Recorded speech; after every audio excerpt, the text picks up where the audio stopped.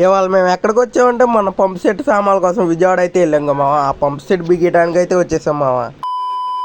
ఇంటి దగ్గర పని అంతా చూసుకొని ఇంకా నేను పంప్ సెట్ అయితే బిగించాం కదా, ఆ పంప్ సెట్ దగ్గరికి అయితే వెళ్తున్నాం మామ చేలోకి. బండి మీద వెళ్ళే క్లిప్ ఎందుకు పెట్టలేదు అంటే బండి తోలింది నేనే కాబట్టి క్లిప్ తీసేవాళ్ళు ఎవరు లేరు మామ. అందుకే ఇంకా డైరెక్ట్ చేలోకి వచ్చాక తీసేస్తాం అన్నమాట.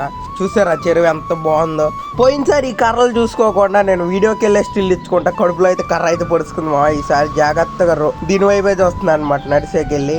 ఇంకా మనం ఇంజన్ కాడికి వెళ్ళాకైతే కలుసుకుందాం మామ. ఈ పంప్ సెట్ సామాన్ల కోసమే మామ నేను మీ విజయవాడ వెళ్ళింది. ఇప్పుడైతే దీన్ని బిగించడానికి అయితే వచ్చాం.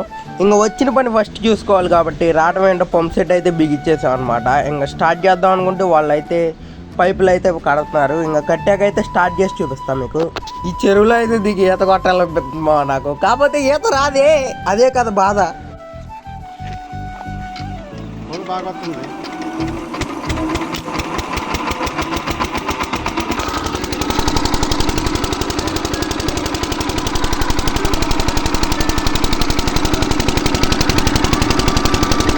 ఈ ఇంజిన్ పేరు వచ్చేసి పెట్రోల్ ఇంజిన్ అంటారు మావా. ఇది వచ్చేసి వాటర్ కూల్డ్తో అయితే ఆడుతుంది అనమాట.